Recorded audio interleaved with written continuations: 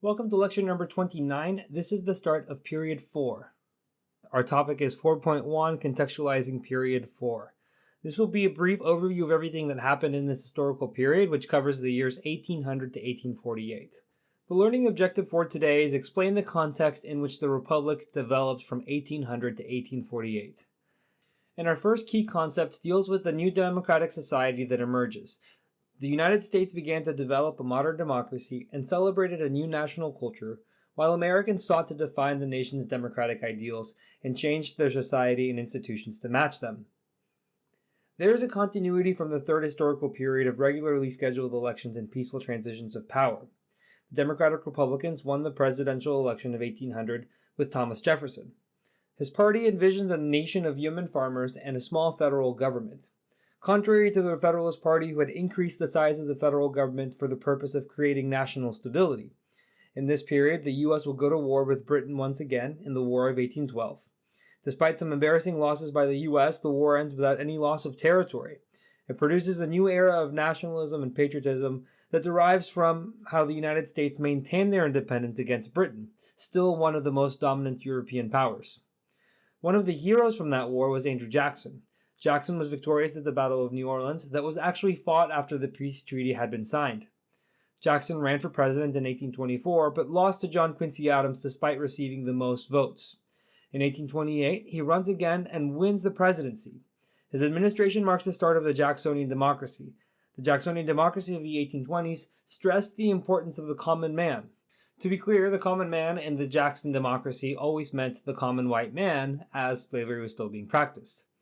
By this point, there was near universal white male suffrage. Most property restrictions had been removed by the states, thus stressing the political importance of the white common man. The expansion of suffrage continues the nation's transition to a more participatory democracy. Property owning requirements had been implemented in early state constitutions, but as the nation progressed economically and went beyond practicing agriculture, those are lifted. The expansion of suffrage was accompanied by the growth of political parties.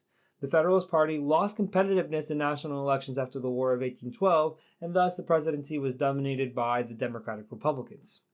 However, by the 1820s, there is a split inside of the Democratic Republican Party as a result of the 1824 election.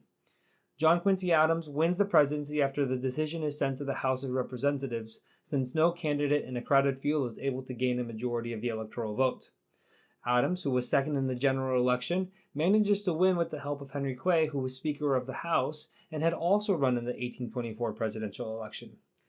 Clay is also later nominated as Adams' Secretary of State, but I'm sure that's just a coincidence. Jackson accused Adams of stealing the presidency and begins campaigning for the 1828 election right away. This disagreement leads to the splinter forming into the Democratic Party. When Jackson wins the presidency in 1828, he's going to be criticized for exercising too much power through the executive branch, as if he were a monarch. Ironically, his party stance favored a smaller central government. The Whig Party of the United States develops in opposition to Jackson at the end of the 1820s, led by Henry Clay. The Whig Party adopted its name from the British Whig Party. In England, it had traditionally opposed the abuse of power by the king, so the name itself was meant to be an insult to Jackson. The next key concept is, while Americans embraced a new national culture, various groups developed distinctive cultures of their own. This new national culture is based on this nationalism that grew in the early 1800s. It's evident in art and in literature. The Hudson River School of Art emphasized the beauty of North America. Artists painted these large, epic-looking landscapes with dramatic light. Regional culture was still largely affected by geography, and that geography also affected the economy. The South was still largely agrarian, while the North begins to be more industrial. Northern states focus more on manufacturing, and this will shape the views of both regions on government. The North wants a stronger central government that's going to be able to impose tariffs to support and defend those domestic industries, while the Southern states want a weaker central government. On the issue of tariffs, they were in opposition because the goods that they imported would rise in prices, or they would be forced to buy equally expensive Northern manufactured goods. Distinctive cultural movements also appeared during this period. One of these is the Transcendentalist movement led by Ralph Waldo Emerson. Transcendentalists questioned pre-established ideas of society, arguing for Americans to forge a new path. They emphasize skills and characteristics like self-reliance, as seen on Emerson's essay titled Self-Reliance. there will be another religious movement, and increasing numbers of Americans inspired by the new religious and intellectual movements will work primarily outside of government institutions to advance their ideals. The Second Great Awakening takes place in the first half of the 19th century. Just like the first, there are religious revivals. They reinvigorate some of the old belief systems, and they bring about new denominations. There are the millenarians who believe that the second coming is imminent, that Jesus is going to come back and there's going to be a reckoning. They believe that's going to happen in the 1840s, so probably a good time to start acting in your most Christian manner. Another new denomination is the Church of Jesus Christ of Latter-day Saints. It is the Mormon Church, which started by Joseph Smith. These religious movements are going to inspire people to try to improve society.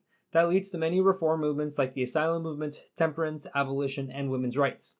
The abolition movement gains more strength in this period and works to end slavery in the southern states, as most northern states had gradually abolished slavery. On the screen, there's an example of a broadside from abolitionists that depicts a moral map of the United States, and all the southern states which practice slavery are in dark ink. The next key concept is innovation and technology, agriculture, and commerce powerfully accelerate the American economy, precipitating profound changes to U.S. society and to national and regional identities. Some of these new agricultural innovations are the steel plow, the mechanical reaper, and the seed drill. They're making agriculture faster and more efficient. Therefore, they are increasing the amount of agricultural exports, helping the economy grow.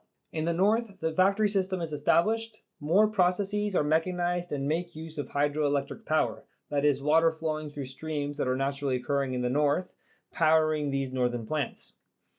Based on these economic differences, different regional identities developed. The simplified stereotype is the industrial north and the agrarian south. These identities are even more solidified throughout this period. New developments in transportation and transportation technologies dramatically expanded manufacturing and agricultural production. Roads like the Cumberland Road connect various states, and canals like the Erie Canal connect the Hudson River to the Great Lakes.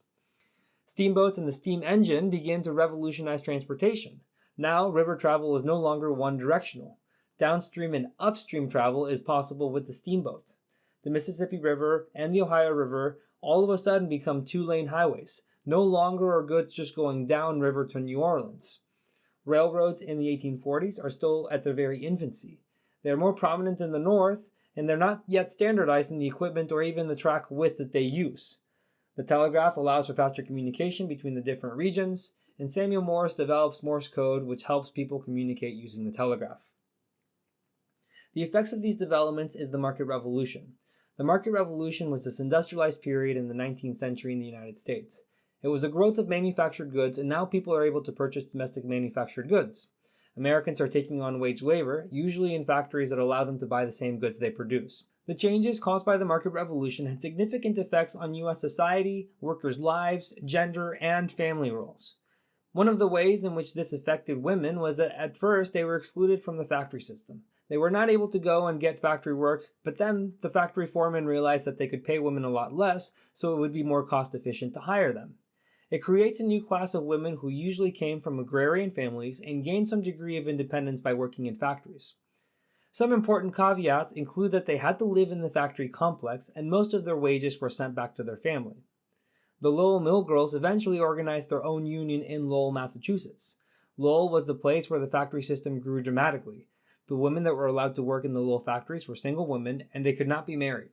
Once they did marry or found someone to marry, they would be let go. With the rise of wage labor, we have a rise of worker organizations and unions. But at this point, unions are not going to be at their strongest. They're going to have a really big growth period in the next two historical periods towards the end of the 1800s. At this point, we're only starting to see the beginnings of workers organizing and unionizing. The next key concept says economic developments shaped settlement and trade patterns, helping to unify the nation while also encouraging the growth of different regions. The cotton gin is a good example of this. Cotton becomes a more profitable crop in the South because of how the cotton gin made it more efficient to remove the seeds from the cotton fibers. The cotton growers in the South become interdependent with the textile factories in the North. Southerners send all of their cotton to northern factories, whereas before they were sending it mostly over to Europe. These new technologies also help to grow the settlements in the western region. Roads reach these western places, the canals, the railroads that will eventually get there, make communication and shipping faster. Foreign policy in this historical period is mostly going to be related to how the United States is going to expand its borders. Here's the key concept. U.S. interest in increasing foreign trade and expanding its national borders shaped the nation's foreign policy and spurred government and private initiatives. So the border expansion periods begin with the Louisiana Purchase in 1803, then Spanish Florida being annexed in 1819. The annexation of Texas happens in 1845, the Oregon Territory in 1844, done through a treaty with Great Britain. California and the rest of the Mexican cession was ceded by Mexico at the end of the Mexican-American War through the Treaty of Guadalupe Hidalgo in 1848. California will finally become a state in 1850. The next key concept says, struggling to create an independent global presence, the United States sought to claim territory throughout the North American continent and promote foreign trade. The most important part of these border expansions was the Louisiana Purchase. Not only did it double the size of the United States, but it also allowed the United States to have complete control of the Mississippi River and the port of New Orleans. Before they purchased Louisiana, there were times in which it was controlled by Spain, and Spain would restrict access to the United States by taking away the rights of deposit. That means the U.S. would have to pay extra money to send goods down and export them through New Orleans. Ownership of the Louisiana Territory brings stability to the U.S. straight away by stabilizing trade and removing another European power from the continent. In the 1820s, James Monroe, the president, attempts to keep European powers out of the Western Hemisphere.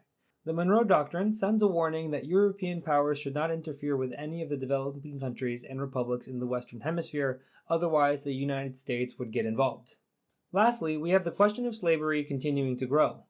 The United States' acquisition of lands in the West gave rise to contest over the extension of slavery into new territories.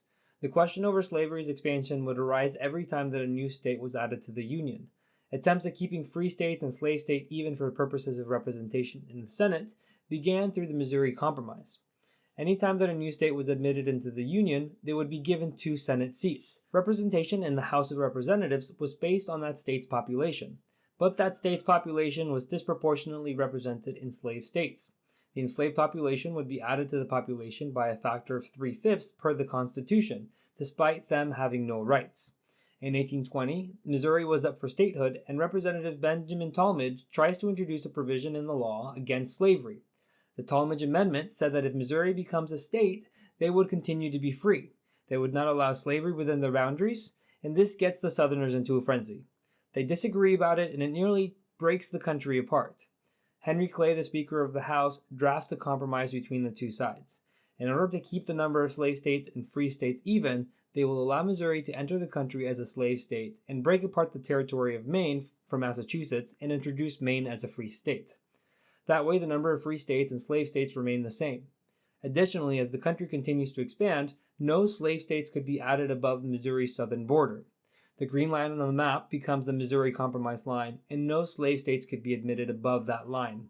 And that precedent persists through 1850. The abolitionist movement was growing in the early 19th century. One of the people important to the abolitionist movement is David Walker. Walker himself had been enslaved, and he writes a book called Walker's Appeal to the Colored Citizens of the World, in which he encourages those who are enslaved or those who are black and have gained their freedom to press the white politicians and the people in power to end slavery. He encourages those who are enslaved to rebel against those who are enslaving them and gain their freedom. His book was banned throughout most southern states, but there were campaigns to spread copies throughout the South. Walker was seen as a threat by the southern states because he challenged the primary economic source for the South. Unfortunately, Walker died young of tuberculosis, but he sets this pattern for formerly enslaved people speaking up in favor of abolition. The next famous black abolitionist is Frederick Douglass. He will be the main advocate of black civil rights through the end of the 19th century. Alright, finally here is the recap. A new democratic identity developed through the expansion of voting rights. Nationalism seen in new American culture through art and literature. The Second Great Awakening brought about new religious denominations and a reform movement that's going to expand into women's rights and abolition. New technology expanded transportation, communication, and the economy. New technology reinforced old gender norms and gave rise to labor organizations or unions. America expands to its near current borders, but it had to be done through foreign policy, through wars and treaties.